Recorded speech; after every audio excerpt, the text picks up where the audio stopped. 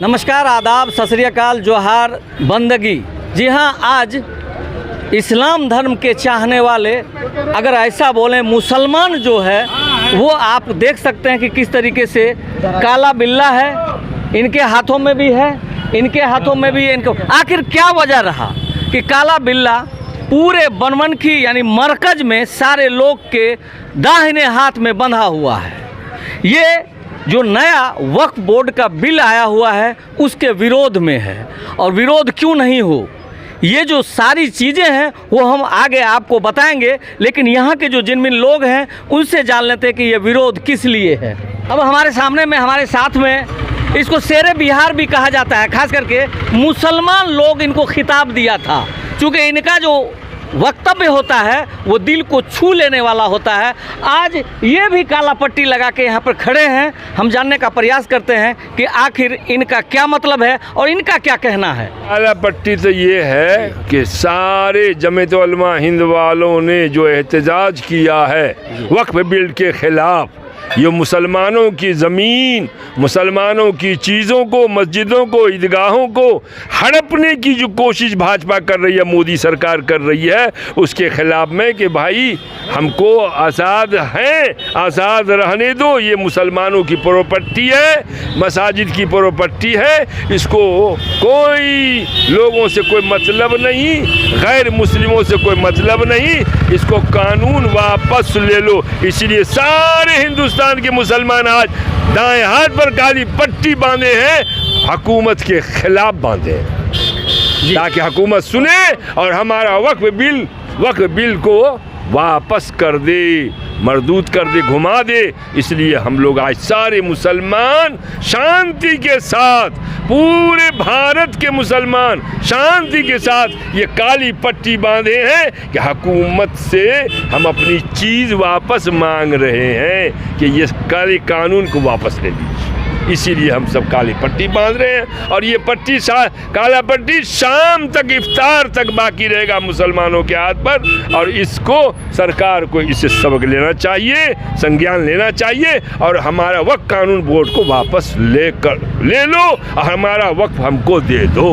इसीलिए हम लोग काली पट्टी बांधे। जी बहुत बहुत शुक्रिया। लेकिन आप ये बताइए, चूँकि आज आखिरी जुमा माह रमज़ान का है और इसमें 2-3 बातें जो आपने मस्जिद में कहा था, आप ये बताइए कि कितना, क्या बोले तो सदका है, ज़कात है, इसके बारे में थोड़ा सा आप बताए थे, उसका संक्षिप्त में थोड़ा सा बताइए। भाई देखो, रोज़ा रखना फ़र्ज़ है। रोज़े के रखने की वजह से अल्लाह का हुक्म है कि रोज़ेदार को सदक़तुल फ़ित्र अदा करनी चाहिए। हर आदमी, पटना में गेहूँ महंगा है, हमारे यहाँ गेहूँ 30 रुपया है, तो हमारे यहाँ 50 रुपया निकलता है सदक़तुल फ़ित्र एक आदमी पर जी। और अगर यही चीज़ पटना और कटिहार जाओ तो वहाँ 60 रुपया होगा। रहा ये कि सदका जो लोग नहीं निकालेगा रोज़ा का, उसका रोज़ा कबूल तो है लेकिन मुअल्लक रहेगा, खुदा के दरबार नहीं पहुँच सकता है। अब रहा ज़कात का मसला, सालाना साल में एक मरतबा ज़कात निकाली जाती है। 100 में 2.5 रुपया, 1000 में 25 रुपया। बैंक बैलेंस हो या उतने रुपया का घर में जेवर, बीवी का, बेटी का, बहू का जेवरात, सोना चांदी हो, उसकी भी कीमत लगा के ज़कात निकालना पड़ेगा, वरना कल क़यामत में खुदा के यहाँ वो ज़कात नहीं निकालने वाले को बड़ा अजाब है। सांप बिच्छू काटेगा और वो कहेगा कि हम तेरा वही माल है जो ज़कात तुमने नहीं दिया, आज अल्लाह हमको सांप बना के तेरे गला में दिया है कि हम तुमको काटे जाएं। इसलिए उससे बचने के लिए मुसलमानों ज़कात ज़रूर निकालो, सदक़तुल फ़ित्रा ज़रूर निकालो और अल्लाह से दुआ करो कि मोदी सरकार को अल्लाह हिदायत दे, हमारा वक्फ बिल को वापस कर दे। आमीन सुम्मा आमीन। क्या परिचय हुआ? मोहम्मद शरफुद्दीन कासमी, बनमनखी जामा मस्जिद, पूर्णिया। बहुत बहुत धन्यवाद। क्या नाम हुआ सर? मेरा नाम तौसीफ़ है। ये जो बिल्ला लगाया है किस चीज़ के लिए लगाया है? असल सरकार चाह रही है कि वक्फ तरमीमी बिल लाए और उसकी वजह से जो प्रॉपर्टी, वक्फ की प्रॉपर्टी है जी, उस पर उनका कब्ज़ा हो जाए।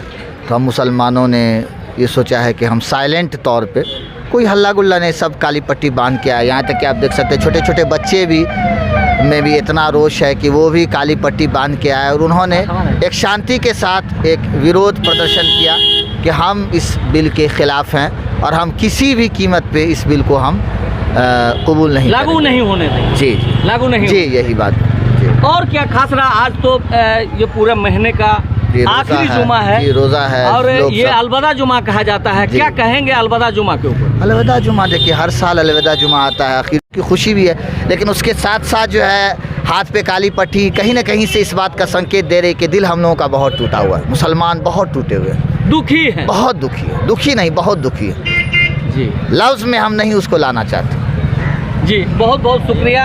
हमारे साथ और भी लोग और अंजार आप सर आइए। डायरेक्टर सर हैं।